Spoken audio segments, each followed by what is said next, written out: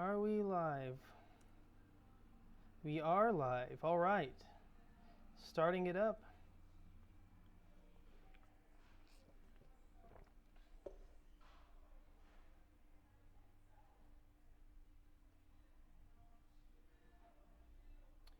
Sweet. Okay. Well, hey guys. Welcome. Today we're going to talk about tips to learn web development. This is one of the biggest things that I have that comes up, and I thought that we just talk about it. Well, before we start, let's go ahead and talk about where I am. That gives everyone a chance to actually get here. You can see the big old espresso sign there. I'm at Brewhouse in Pocatello. Now, this was one of my old social media clients, so it's really nice to come back here.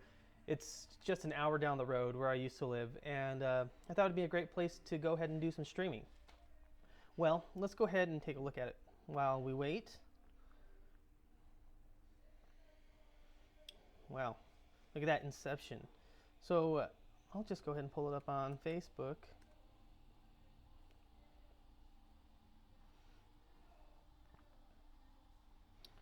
So yeah, this is Brewhouse. This is where we're at. I did their social media, and it was really fun to do.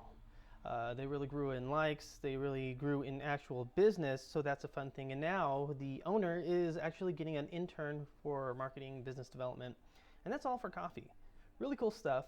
Wish I could help them out with some web development, but I have to study. I'm actually studying the React.js course with Udacity, if you didn't know. You can go ahead and see that in the previous video. But it's really something to look forward to.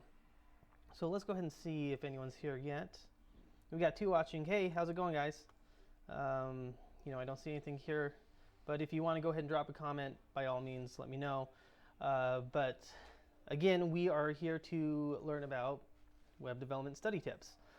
What I'm thinking about is going and doing, this is how I've done it, this is what I do, these are some of the techniques I use, and then we'll go into Q&A. Therefore, you can ask any questions, but really, if you want to go ahead and ask a question now, feel free to do it, and I'll try to address it as best I can. Okay, so it's been 2 minutes, 30 seconds. We're good to start. So learning web development is tough, especially if you're doing it on your own. That's how I did it, but I actually started off with a bunch of books. I just went on Amazon, searched them up, and then bought them. Not the best way to do it. When you're going to do something like programming or web development, I suggest that you ask someone who has more experience than you, or perceived experience. What do I mean by that? Well, if there's no one in your area, like for instance, I grew up in a small place with less than like 60,000 people, so I've always been around smaller groups that don't really have programming. Going off the rails here, but when you don't have someone there, you can go online. And one tool that I use all the time is Quora. Now, Quora is great, actually. Let me go ahead and pull this up. Whoops. No, we want it here. Screen 3. I'm sorry about that. Still getting used to this live stream thing. So Quora is great because you can ask all sorts of questions. As you can see here, I have Udacity Nanodegree, if completed successfully, would, questions like that. But let's go ahead and see, just type in something about front-end web development. So you see all these topics come up. You can go through the search. This is what I would do. Then you can find out what you're doing. But even better than that, you can actually ask a question directly. Say, I live in Idaho. Are front-end developer jobs common here? So you can see, there's all these questions, but if it hasn't been asked, you can just submit your question, and you can give more details if you hit this caret key here and say blah, blah, blah, blah, blah, blah, or in this case, blah, blah, blah, blah, blah, blah, and put in your question there. And then you ask people about it, and usually they'll get back to you with a pretty good response. I've done this a lot of times. If you take a look at my profile, you can see all these questions I've asked before, and I usually get really good responses. Is React.js worth learning, or is it just a fad? Well, I was already taking the course, but I wanted to see what other people had to say about it, and I've had some insightful answers on it. So, React itself isn't what's important, but rather the patterns React has.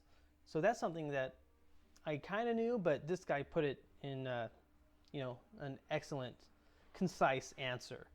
And I have other ones too. It's unclear if what you're asking for is for someone with a beginner or not. All great points. So really using Quora is one of the best ways to kind of search in there.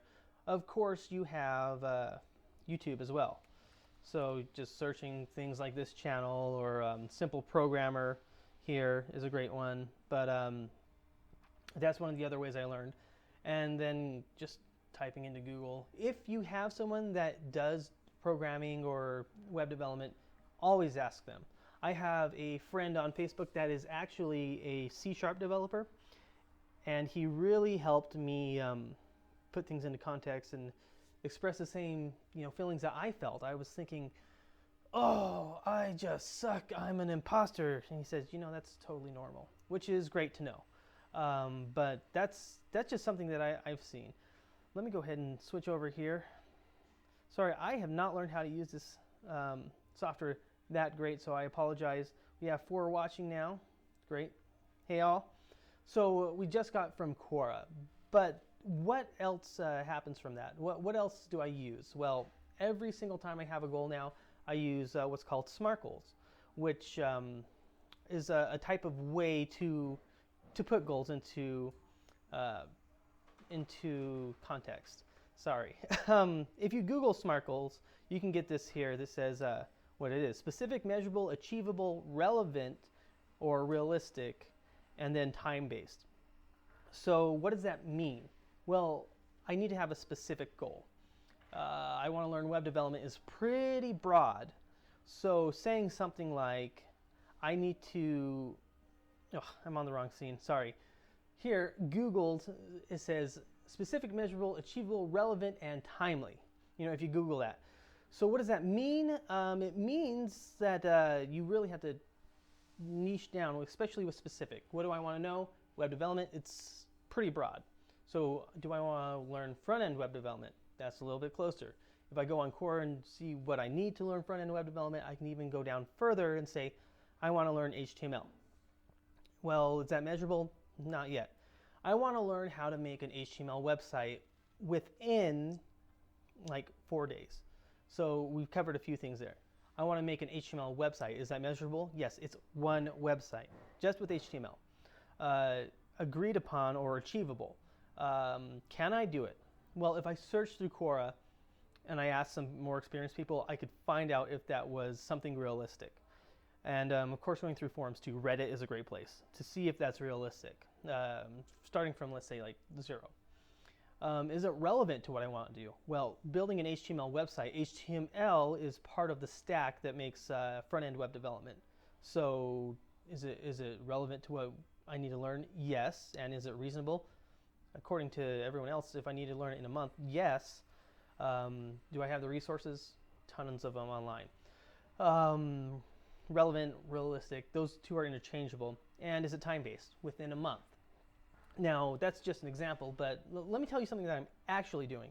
The React.js course with Udacity is a 4-month program. Is it measurable? Yes, I have these set deadlines to do things. It even gives you like measured like the stats throughout the course. Say, oh, you've completed 34% of the course. Is it achievable? Definitely. Is it realistic or relevant to what I'm doing? Yeah, I'm a front-end web developer. I know HTML, CSS, JavaScript, jQuery. So React is totally something I should do, and it's all in the community now. It's on fire. Of course, there's Angular too, but this is what I chose. So there's a specific goal, but there's other ways too. Like it doesn't just have to be with courses. I do it with books all the time. So I want to learn MongoDB, or I am learning MongoDB rather. And there's a book, MongoDB in Action, the 2nd edition, and you can actually read that online. It's a PDF that's free. And I will go ahead and say, okay, I need to get X amount done every single day or every single week to be on target. Say I want to do this book, I want it done within 2 weeks. What do I have to do to get there? And then break the book up further. Now, this is more like a fluid kind of goal. Yes, it's measurable, it's specific, but sometimes you can't get to it. You can't do like 50 pages a day. and you can only do 20, and then you move on to the next day and try to make it up or something.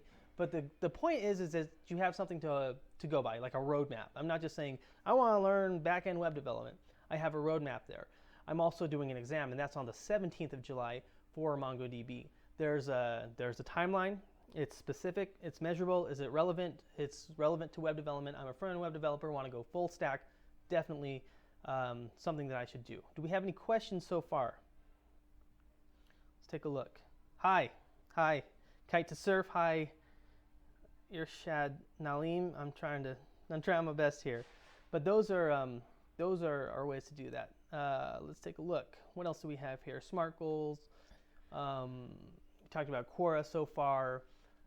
Has anyone had any struggles themselves with learning web development that you want me to address right now?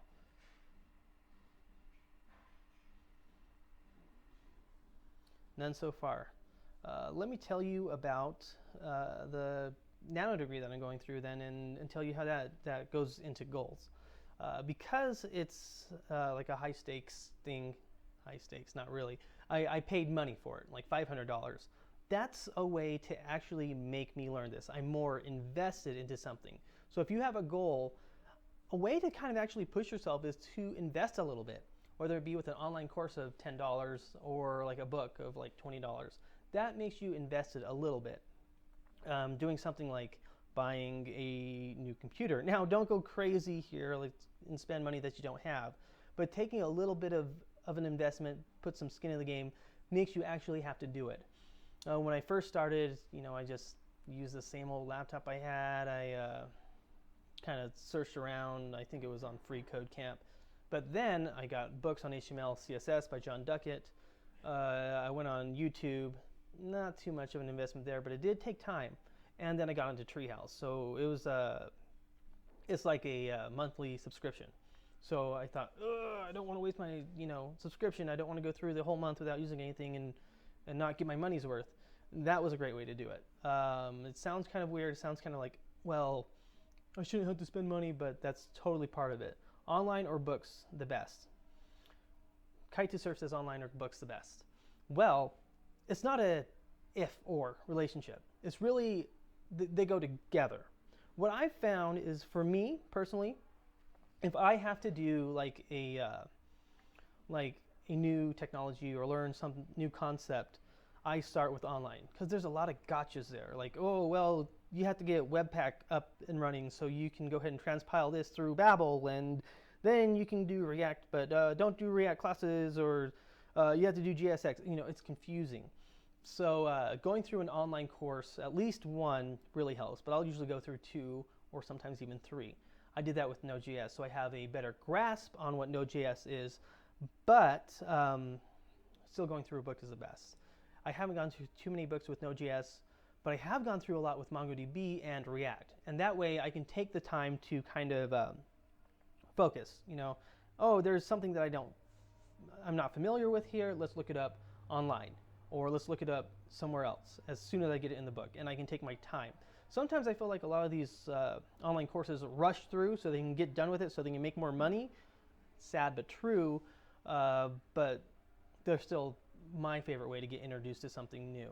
But then there's sometimes these hybrids like Udacity. They have very short videos, and then you go through like a text or like a quiz-based thing, and it's actually really great. I can actually show you that now, but they vary is what I'm trying to say. But from what I found, trying not to beat a dead horse here, is that online for getting introduced, and then to go dig deeper, get a book or 2 or how many you need to learn.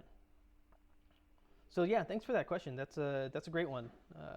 I appreciate you going and asking, because sometimes these live streams are hard to do for like a whole half an hour or 45 minutes, just talking to the camera and doing off the cuff. I'm not used to doing this type of video, but I'll get better, I swear. So yeah, that's really something that I strive to do, is split the 2 up, online and books. Oh, and documentation. That's another thing. I kind of count that in between books and online, because of course all the documentation is online. I rarely print out my documentation. It's somewhere in between, and it's not really like learning. It's like, this is what you need to do. jQueries is like that a lot, and I kind of hate it, but I go there all the time to see what something does, and sometimes it makes sense. If not, I'll go to Stack Overflow and get something out from there. And Stack Overflow is great to learn from if you know specifically what you need to do. If you're saying like, what web development technologies do I need to learn, Stack Overflow probably isn't the best place to go. But if you need to do something like how to select a checkbox after it's been checked and retrieve the value of that with jQuery, yeah, that's where you need to go. I did that the other day. So definitely look into that. Well, let's take a look here at the Udacity course and see how it's a little bit different than a typical online course that's a video with a few packets. So this is the course that I'm taking now. As you can see, it has a super nice layout, but this is what Udacity does. You can go through there, and it has all these different sections. There's a video, as always, but then there's this area. There's not too much there right now, but you can see they have this extra area where you can learn. This is just the first section, so there's not too much here, but those courses are really good, and there's not too many of them. One instructor that really stands out for me is, I think it's Anthony Arabica. Let's go ahead and pull him up. Let's go ahead and pull this guy up. And he does courses on JavaScript and Node.js, at least the courses that I've taken. So he does the weird parts here. A great guy to take courses from, and he just does the video stuff, but he does it in more like a conversational way, and he's slow about it rather than saying, boom, this is what happens, this is what happens, this is what happens. He takes the time to actually give you the overview and how it works, and some of the theory that goes into it as well. So learning about theory is actually pretty important, and that's kind of weird to say when you're in web development, but a little bit of theory goes a long way. How Node.js works with the V8 engine and how it compiles down to C++ are things that actually help you learn how to do back-end web development. That's a specific case, but with anything, really learning that. And also going back and forth a lot. If you don't know something, it's okay to go to another resource and find it out. That's what I do all the time. I was learning ES6 and JavaScript design patterns. There were books online for it.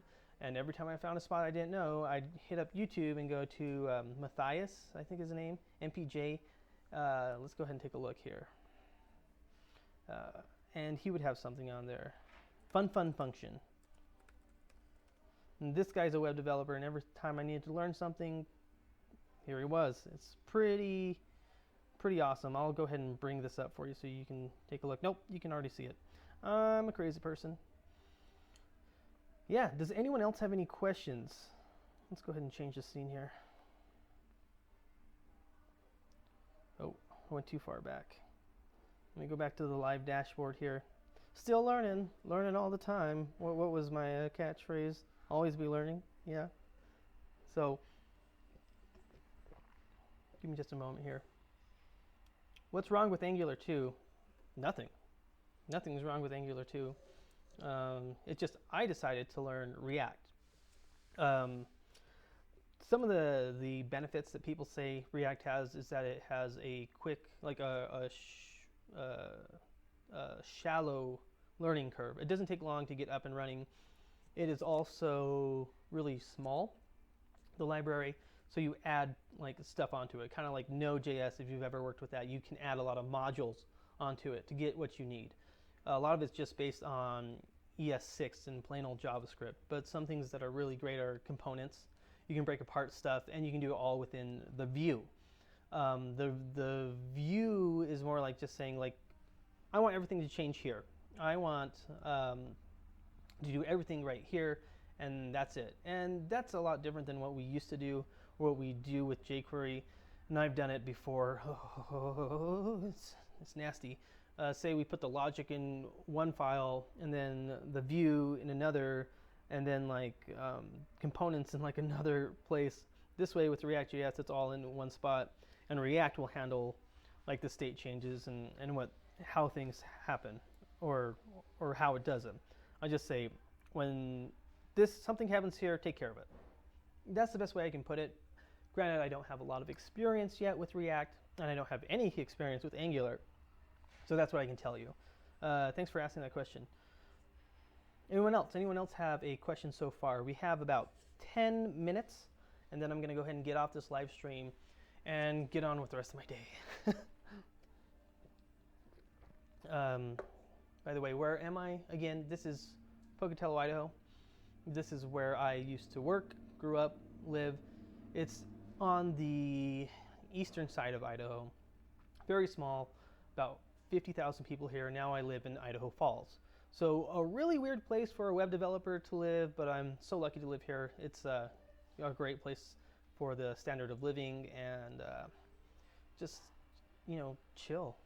I don't have to wait in traffic for 30 minutes. I get to work in like six minutes. Moving on, let's talk about more stuff about web development tips. One thing that always comes up is, how do you study so much? How do you study so much? And it's more like routine.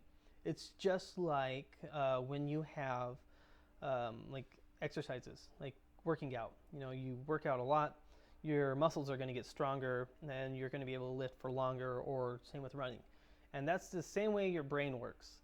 Like when I first started, it was painful, like really, really painful. And sometimes when I'm learning something new, it gets painful. But I'm able to persevere because I've put my brain through that training. Another thing is to go with the flow, so to speak. If you're not getting something, like, keep on going with it. You can always go to a different resource and pick up on it again. That's kind of what I've done with React. I've taken a few courses, like, and long courses too, on React and a book. And I'm getting it, but it's like, it's still kind of fuzzy. Now going through the Udacity React course is making more sense, because I've had that back, that extra training. Even if it didn't make too much sense, I can say, oh yeah, that's right. Okay, that's what happens. Oh, that's what imperative and declarative means. Or this is what the map function does. This is what the filter function does. I've learned about that through fun function. And I tried a little bit, but it didn't make sense until now. All sorts of things like that really help. Let's see, what does Ivan have to say here? Hi, Ricky. Did you do the Udacity front-end Nanodegree? I did. I did it a long time ago. Well, at least in the eyes of web development, like just under a year and a half ago. Might as well have been 100 years. But it was great. I really loved it. And going through the React course, it looks like they've really upped their game. It did help me out a lot. Compared to the previous web developer at my job, I know a lot more, specifically with Google Developer Tools. And I have even more to go. I need to really learn more about debugging because I'm debugging in the console and not using Google's debugger, which is unfortunate. And going through some of these complex problems at work, I'm seeing how valuable it is. I have a lot of headaches, and I think they could be easily avoided with debugging. And there's all sorts of courses. I found about 3 on Pluralsight to address that. How do you find project ideas to practice what you learn? Oh, dude, that's probably one of the easiest things to do. And I don't mean that in like a condescending manner. What I mean by that is, as you naturally learn more, you're going to get more ideas of what you can do with it, if you're thinking, not just slavishly learning. But sometimes you do have to learn a lot slavishly. So take that with a grain of salt. So for instance, I'll make an HTML site and it'll suck, right? Because it's just all HTML. It doesn't look pretty. But when I get some CSS, I can see a few things and I can think, you know what would be good is to make kind of like a web version poster for like an event or something. And you can do that even if you don't actually have the event. That's a great idea. Or you can say, it'd be really nice to have something like for my family. I can go ahead and style this up and make like a photo, like a jQuery carousel of everything.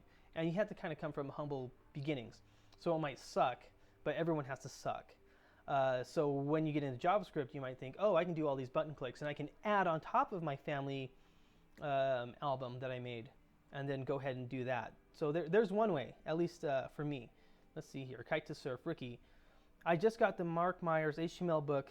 Thanks for the heads up. Oh, so you did take my recommendation. Yeah, that guy's pretty dope. And I don't hear anyone else talk about him, probably because he's not a web developer and he's not the best. Some of the UI in his books, like the jQuery stuff or the JavaScript stuff, is going to be wrong. Just push through it. Sometimes he programmed it wrong, but the way that he teaches you how to learn is amazing. It's all about syntax and repetitive motions, and to be honest, that's half the battle, is just knowing how to say things and just doing it and knowing, oh, this is a for loop. That's not just a bunch of gobbledygook. So yeah, Mark Myers is definitely a hidden gem, and his books are pretty cheap. It's more like a interactive course. It's kind of like Udacity, somewhere in between a book and a course. So anyone else looking to do that, Mark Myers is the man. Let me pull him up on Amazon right now. Give me just a moment here. One moment.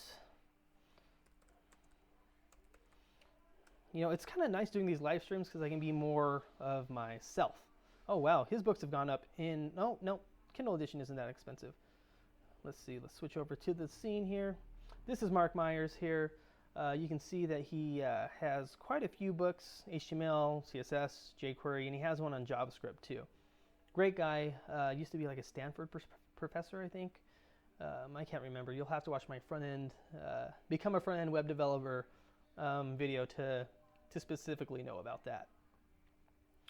Coming up on 30 minutes here. What do you think of Ionic framework? You know, I accidentally just bought a course on that, and I have no idea what it is, to be honest. I'm a sham. I don't know web development. Sorry. But I should probably look into it. Yeah, probably. Anyone else have any questions so far?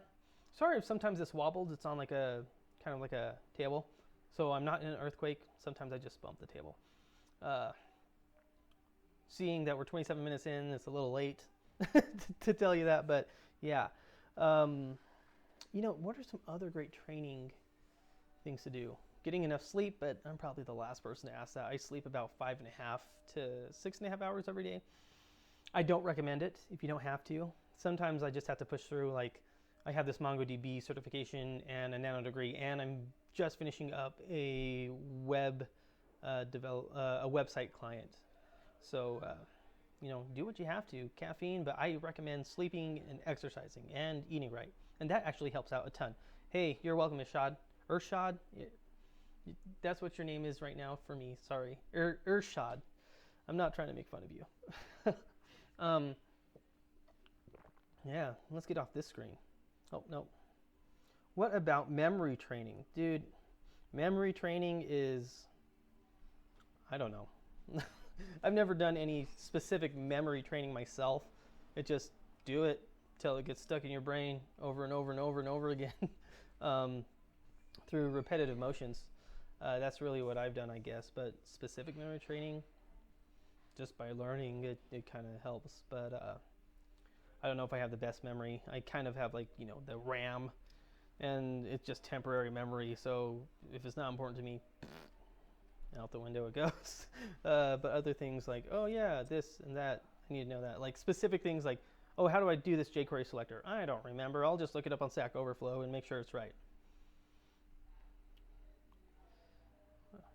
Anyone else? We got about 3 minutes here. Dominic O'Brien has a book on that subject. Dominic O'Brien. Huh. I'll have to look it up. I am actually all fresh out of books. Another book that's actually kind of fun, an audiobook that I'm actually listening to right now, is, I think it's Computer Algorithms to Live By. I'm not checking my phone. I am actually bringing up that book. It's an audiobook through Audible. Let's see. Algorithms to Live By, something, something, something. You can read it there on the phone. Very professional, I know. But it's been a great book to kind of put computer programming and computer like algorithms into place. It talks about Big O, game theory, TCP connections. So it's actually a pretty cool read. Do we have any other questions here? No? I don't sell books, by the way. No, but you should. No, don't do that. You should go into web development. That's why you're here, right? Or to learn online. So a lot of these actually do apply to anything, not just web development, but these just so happen to be specifically how I applied these techniques. Let's see here. I have another question. No, I don't. Well, I think we are at the end of our time today. So I hope this went better than last live stream. Let me know in the comments if you like this video. As always, give it a like, share it with someone who might find it helpful. It really helps me out. It helps me grow this channel. Live streaming is something that I'm new to, but I really like it because I can connect with you guys in real time. So it's not me just off doing my own thing and hoping somebody likes it. So I appreciate you coming here and spending time with me. It seems like we got 4 people now. I'm still working on the times to do these and scheduling out these live streams. So the next one will probably be, excuse me, the next one will probably be either next week or the week after. I'll let you know for sure in my next video, or at least put like a time on the live stream. And we'll talk about something else. In the comments, you can always let me know what you'd like to learn about. That's how I really get these topics, and I can cover them in live streams, because these are really complex topics, and to put a video together takes a lot of time. Even just like my thing on Udacity React, that took me probably like 4.5 to 5 hours, maybe more. I don't want to think about it, but you got to edit the video, you got to do the thumbnails, do the SEO, all that stuff. But I digress. So thanks for tuning in. We will talk soon on a live stream on whatever topic you have in store for me. See you guys.